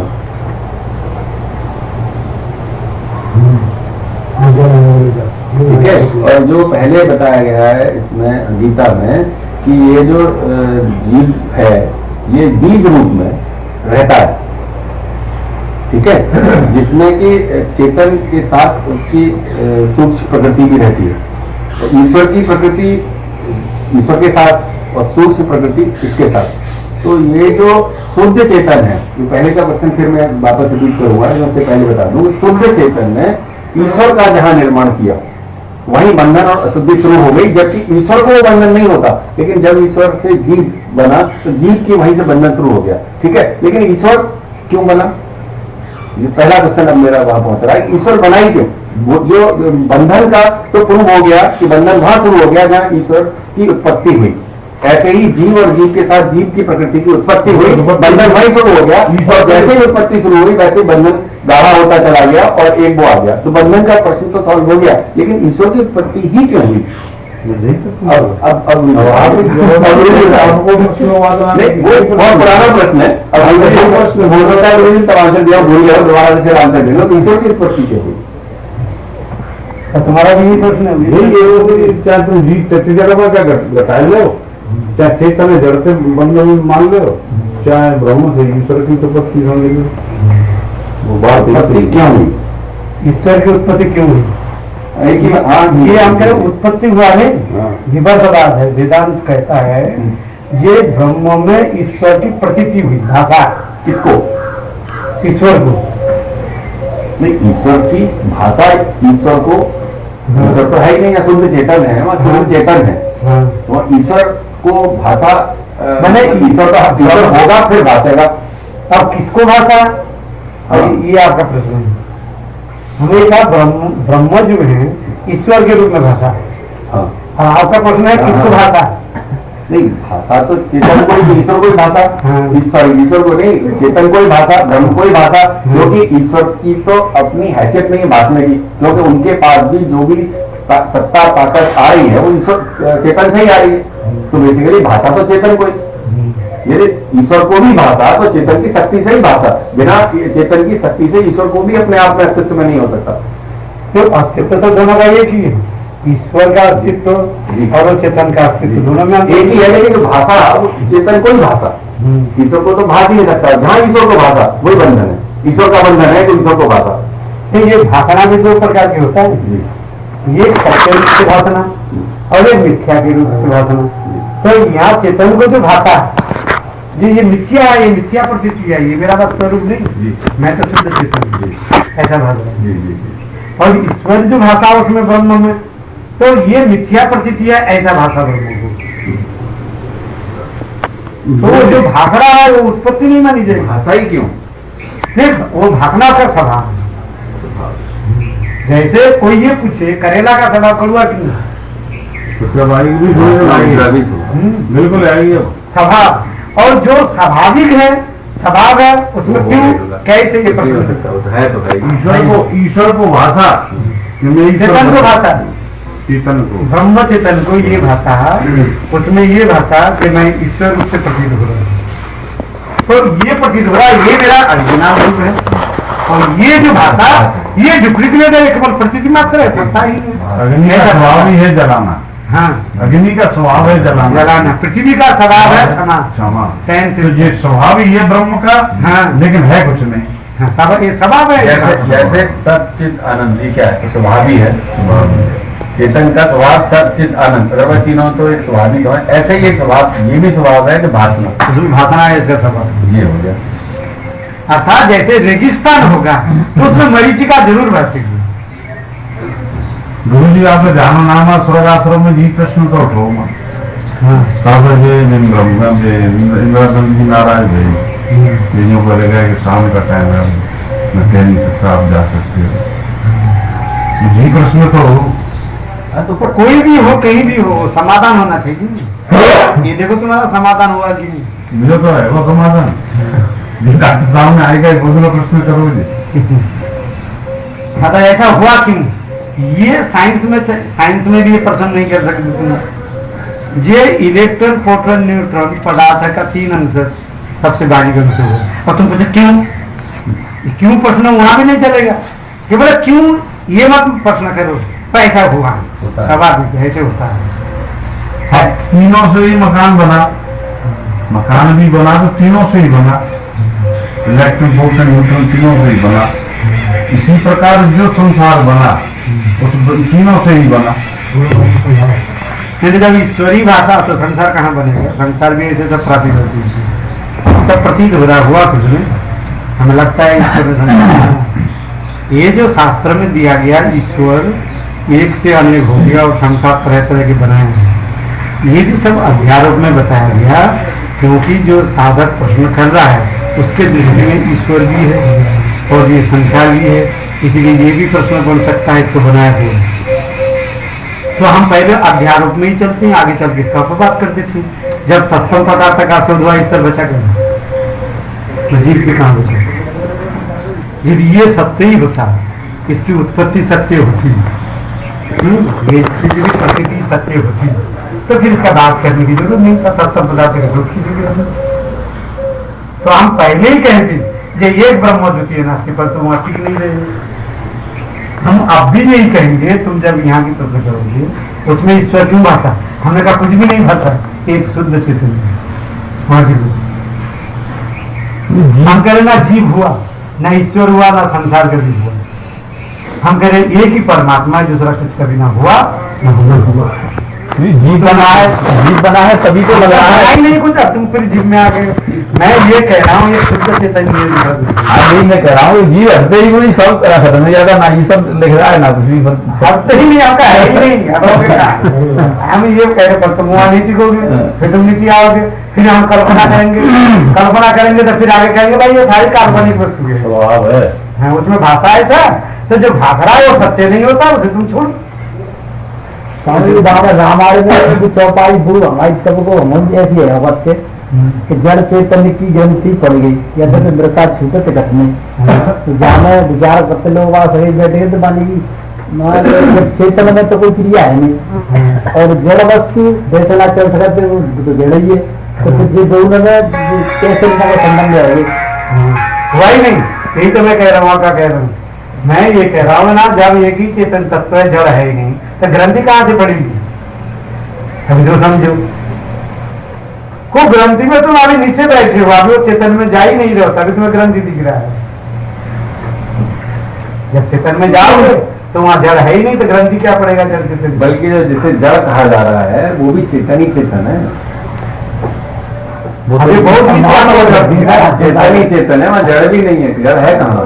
प्रतीत हो रहा है जड़, चेतन ही चेतन है, चेतन के अलावा कुछ है वहाँ तो करो चाहिए ना, चेतन तो है ही नहीं। लग रहा है जड़ है चेतन है, ग्रंथि पड़ेगी, इसलिए ग्रंथि पड़ गई, क्योंकि जड़ हो गया और चेतन हो गई, दो हो गया तो तीसरा भी आना चाहिए। तो इसीलिए चेतन। तो सवाल क्या करोगे? ये आ जाओ चेतन में, जो शुद्ध चेतन है उसमें आ जाओ, फिर ग्रंथि पढ़ाई। वो तो लिखने वाले ही कह दिया, जब नशा है ही ना वहाँ पे जो पड़ी नहीं। ये ऐसा जैसा सपन है, सपन देखते हो कितने अच्छा लगता है, जागने के बाद फिर नहीं देते सपन है। ग्रंथि भी सपन में है, नींद में है, अज्ञान में है, बेहोशी में है, होश में कहा है? जीव ईश्वर और ग्रंथि तो कभी पड़ गई है तो है नहीं, तो कठिनाई है ये ज्यादा छूटे वो कठिनाई इसलिए कहूँ तुम जड़ता छोड़ ही नहीं रहे हो, चेतन में जा ही नहीं रही हो। अभी ज्यादा दिन नहीं था, छोटे कठिन इसलिए कठिन लग रहा है क्योंकि जो है नहीं उसी को तोड़ने के लिए तुम प्रयास कर रही हो।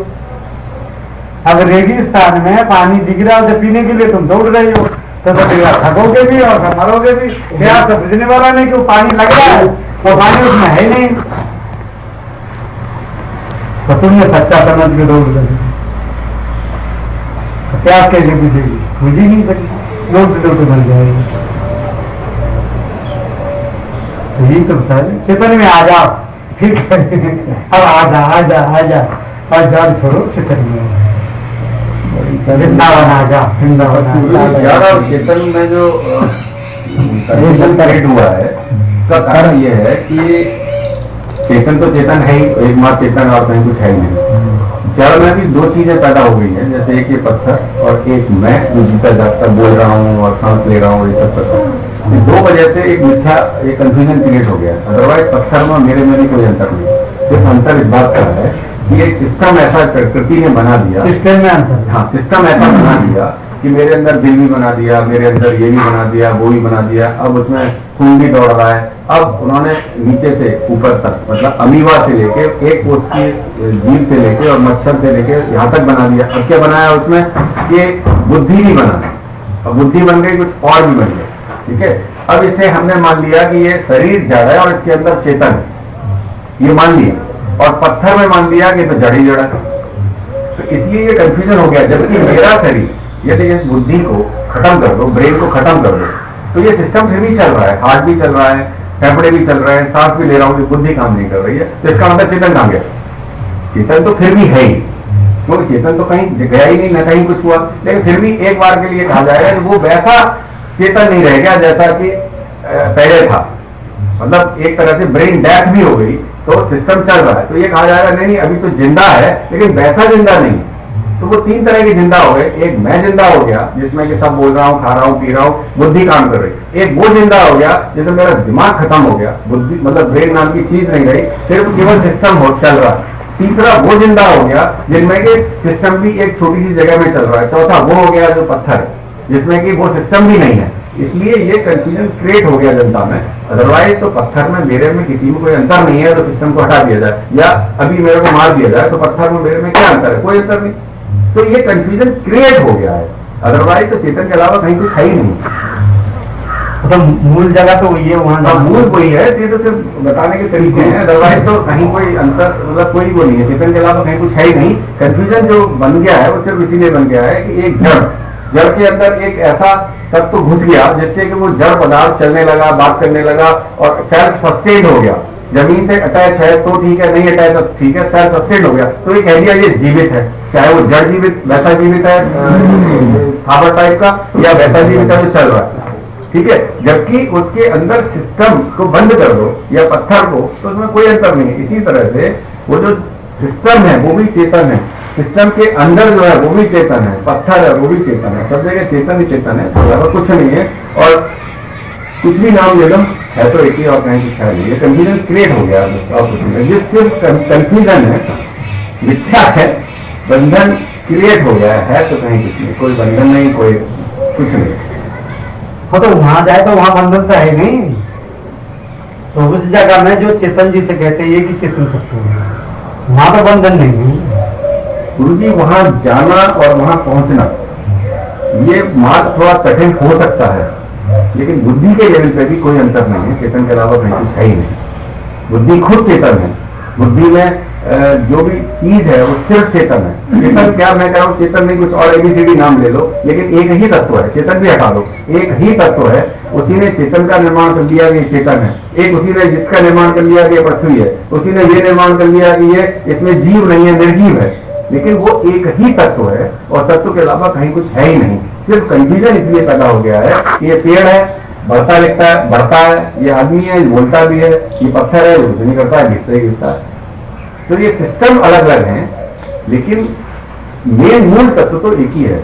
उसका नाम चेतन ब्रह्म जो भी 1000 नाम है तो उसी नाम से कह लो, लेकिन बुद्धि के लेवल पे भी एक तत्व के अलावा दूसरा तत्व है ही नहीं।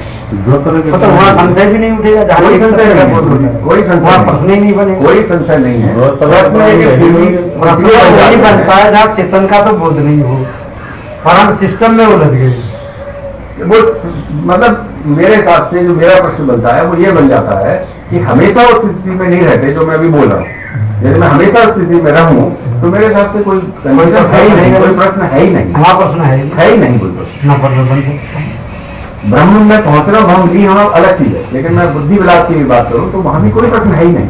हाँ अच्छी समझ में भी नहीं है, बिल्कुल विवेक की चरम सीमा पे भी कोई प्रश्न है ही नहीं। तो विवेक जब चरम सीमा पे पहुंचेगा वहां भी प्रश्न नहीं,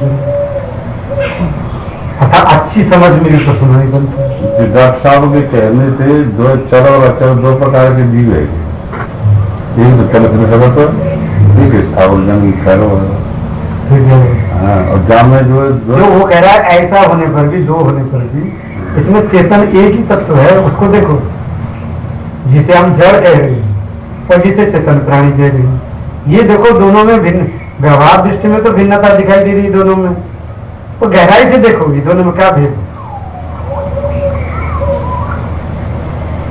नाम रूप को छोड़ के देखो, दोनों मूल दोष को छोड़ के देखो, उपाधि को छोड़ के देखो, क्या है दोनों में।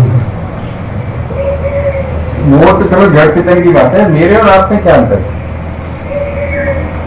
और बुद्धि में नहीं, एक चलो बुद्धि में ब्रेन का मतलब एक ऐसा कटोरा है, ठीक है, उसमें और उसमें मेरा तुम्हारा निकाल के देखो, क्या अंतर है? कुछ नहीं।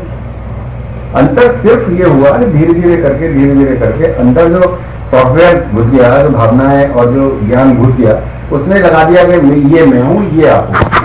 यदि हम तत्वदर्शी से बात करें तो आप भी आदमी हो, मैं भी आदमी, ठीक है। अब मैं बिल्कुल सूक्ष्म तत्व की तरह से बात करता हूँ तो एक ही तत्व से हम और आप बने, बल्कि ये पृथ्वी और पत्थर और पेड़ और पौधे सब एक ही तत्व से बने हैं। यही हमारी मंजिल है। तो दिखाई दे रही है। दिखाई दे रहा है। ये मंजिल की बात करें, मंजिल में तो पहुंचो, ये जहाँ एंड किया बात वो वहीं तो पहुंचो। हम तो मैं अंदर क्या है मंजिले तो गुरु जी रोज सुन रहे हैं हम, और जो पहले से लोगों में आपने कहिए, लेकिन जो मैं तो मेरा प्रश्न तो और वो तो मतलब समाधान है, वो हम के बाद स्वभाव है क्यों वो तो हो गया और कोई हो रहा है तो बताओ। और कठिना है तो वो तो यही है कि तो दिख रहा है तो मिथ्या दिखाई दे ही रहा तो, लेकिन काम हम सेट हो रहे हैं, हम तो वही आनंद ही ढूंढ रहे हैं पिता में जो हो चुका है, बाकी आनंद छोड़ के जाके आनंद गुरु बज रहे हैं समझ के नाम। नहीं ऐसा नहीं है कि आप उसी में भाग रहे होते तो यहाँ नहीं आते, यहाँ नहीं आते थे, दोबारा से विवेक चुनावी शुरू नहीं कराते आप। उसमें प्रॉब्लम ये है कि आप वहां भी आनंद ले रहे हो और यहाँ भी आगे बढ़ना चाह रहे हो। ऐसा नहीं है, ऐसा नहीं है तो आप ये क्यों अपना समय खराब कर रहे हो, इतने समय में कुछ तो कमाते ही।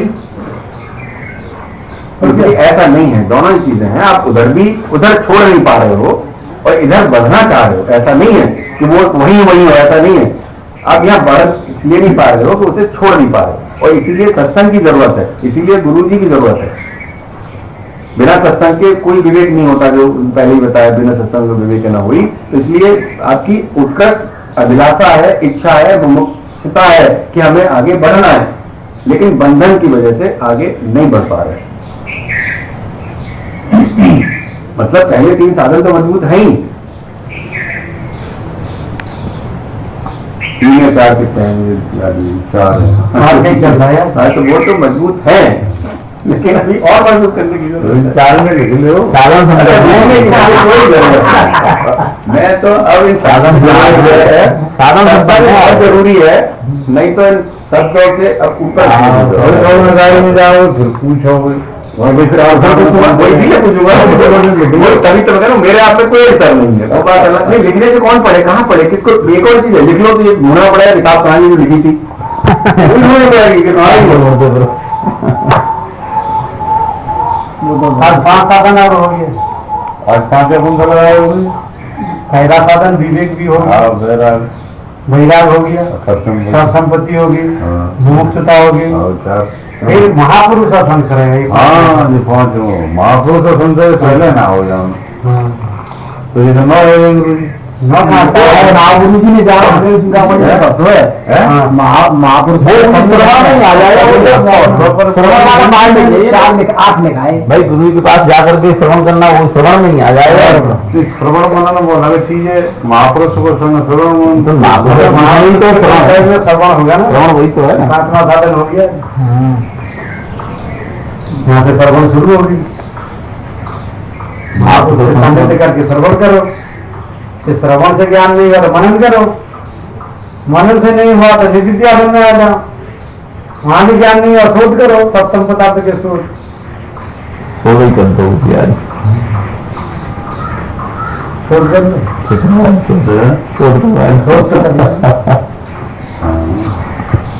कहाँ से पहुंचेंगे खाता बड़ी भजन को भजन भैया इसमें देखा तो फिर जीवन में लाना है, फिर वैराग, फिर संपत्ति, फिर मुमुक्षुता, फिर श्रवण, फिर मनन, फिर निधिध्यासन, फिर सप्तम पदार्थ के शोध। ये 8 साधन सन्यासी को समझना जरूरी है, और इन 8 साधन में पारंगत होना है, पारदर्शी होना है, कुशल होना, निपुण होना, ये जरूरी है। नहीं तो एक तो भेष का संन्यास तो हो जाता है, तो भेष के संन्यास के बाद भी सन्यासी का जो कर्तव्य है, जो साधना है, वो इसमें 8 साधना है। अब ये 8 साधन को जब तुम समझ लोगे और साधन कर लोगे तो तभी पक्का सन्यासी मानी जाएगी। वायु समझने की कोशिश तो कराएंगे पूरी समझ। हाँ तो हम करें पहले समझ लेंगे तो फिर तभी सन्यास ठीक रहेगा कि नहीं? सारा पे लगेगा और इसकी उम्र पूरी बन जाएगा, आश्रम आवाज आई मेरी गणेश से अच्छा सन्यास के बाद ही आवाज आएगी। हाँ निवास कर लेते हैं मन जाओ खा करेंगे जो गिर जाएगा तो पूरा तो बन हाँ तो ये होता है भेष लेने के बाद साधना करना है, और ये होता है साधना करके जब पक्का हो जाए तब भेद लेता है। तो दोनों में तुम कौन भेज तो भेज रहे हैं, अधूरी अधूरा थोड़ा बहुत तो नहीं, थोड़ा नहीं, वो फिर पूरी भेद होगी, वो उस भेद में होगा कि वो गेरू रंग के फिर वो कपड़ा रंगनी पड़ेगी। हाँ वो गेरू रंग लग जाएगा। हाँ। जैसे आप सफेद पहने तो सफेद नहीं पहन पाओगे। हाँ गेरू रंग के कपड़ा में गेरू लगानी पड़ेगी, गेरू रंग सफेद सफेद वो कपड़ा व्यवहार करोगे। तो वो हो गया क्या, गेरू रंग का मतलब ये हो गया ये वैराग, बारंबार त्याग और आठ साधन, ये उसका प्रतीक है। अतः जैसे हम गेरू रंग लगा रहे हैं तो हमें ये भूलना नहीं चाहिए हमें ये आठ साधन करना है, मंदिर ब्रह्म चिंतन करना है, ब्रह्म विचार करना है। निर्गुण ब्रह्म की साधना शुरू होगी, फिर सगुण ब्रह्म की नहीं। अब तो इस वेश में सगुण ब्रह्म भी चल जाएगा, देवी देवता की, राम की, कृष्ण की, शंकर जी की, सही है। तो उसके बाद फिर निर्गुण ब्रह्म चलेगा, बहुत सारी है। तो भाई चल जाएंगे तो घूमता तो बोले जाएंगे, फिर बाहर में लगे रहेंगे, फिर कहाँ है?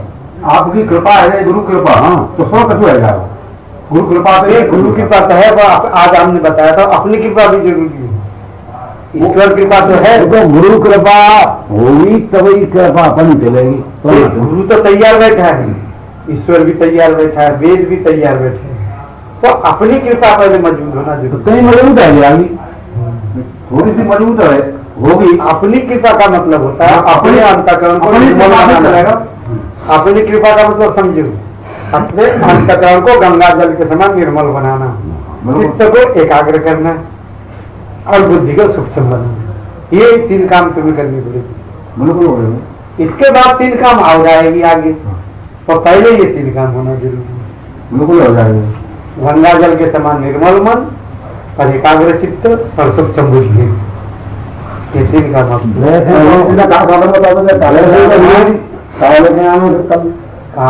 ये कपड़ा तो तुम्हें रंगना पड़ेगा, गेरू रंग आएगा, गेरू रंग और सफेद कपड़ा लिया, उसका लंगोटी बनेगा और इसका जो कटिवस्त्र कम से कम 2 चाहिए,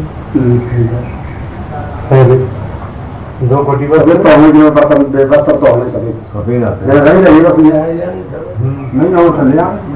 नहीं नहीं, नए गेरू रंग से तभी लगेगा ना, नए टेडी का रंग जाएगा, सूती रंग पर माला ले लो, सूती हो माला ले लो ना, फूल दे फूल माला। माला क्या, रुद्राक्ष की माला पहनते हैं, रुद्राक्ष की माला दे दीजिए, माला दे दीजिए रुद्राक्ष, क्योंकि आप संन्यास के बाद रुद्राक्ष की माला पहनते हैं। हाँ तुलसी नहीं पहनेगा फिर, क्योंकि वो ये शंकर जी जो है ये ब्रह्मज्ञानी है, ये ब्रह्म विद्या के आचार्य है, इसलिए सब सन्यासी रुद्राक्ष पहनते हैं, तो कंठी नहीं पहनते, वो तुलसी का नहीं प्रयोग करते हैं। तो भक्ति योग में तुलसी जलता है और ज्ञान जल में रुद्राक्ष शंकर जी।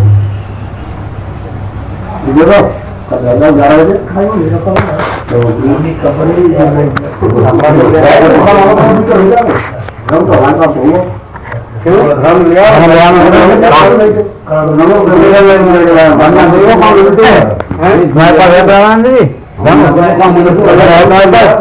रंग है तुम्हारे पास का, थोड़ा भाई कम से कम इनको तो 2 कटिवस्त्र 4 होगी, एक या 2 कटिवस्त्र एक नीचे पहनोगे, ये ऊपर उड़ोगे, ठीक है।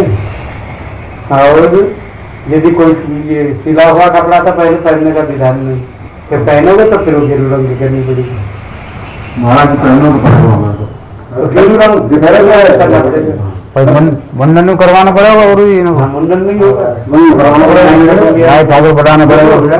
मुंडन पर बुला लेंगे ना, मुंडन में जाओगे, मुंडन करने वाले कौन है? आ जाओ बम करने वाला और जो का नहीं, जिस दिन वो शुक्रवार को आता है, शुक्रवार को आता हो, वैसे कहाँ आता? शुक्रवार को हम लोग जा रहे हैं, मालूम तो है कि मराना जा रहे हैं, वो मराना शुक्रवार। हाँ तो बीच कुछ नहीं आता, उसकी छुट्टी कहाँ मिलती है, दूसरा ले आएंगे कोई और। अच्छा बुलाना है तो आ जाएगा, बात करने फिर बात में कौन से बात करो, मैं कहा करम सिंह मतलब करम सिंह बुला लेंगे। करम सिंह कौन है? करम सिंह मतलब नोट कर लिया, बैठा हो करण सिंह बात कर लो। अरे छोड़ जाता है जिम्मेदारी हमारी है, और फिर नहीं अंतर होगा तो उसमें फोन करते हैं, कुछ हम करते हैं।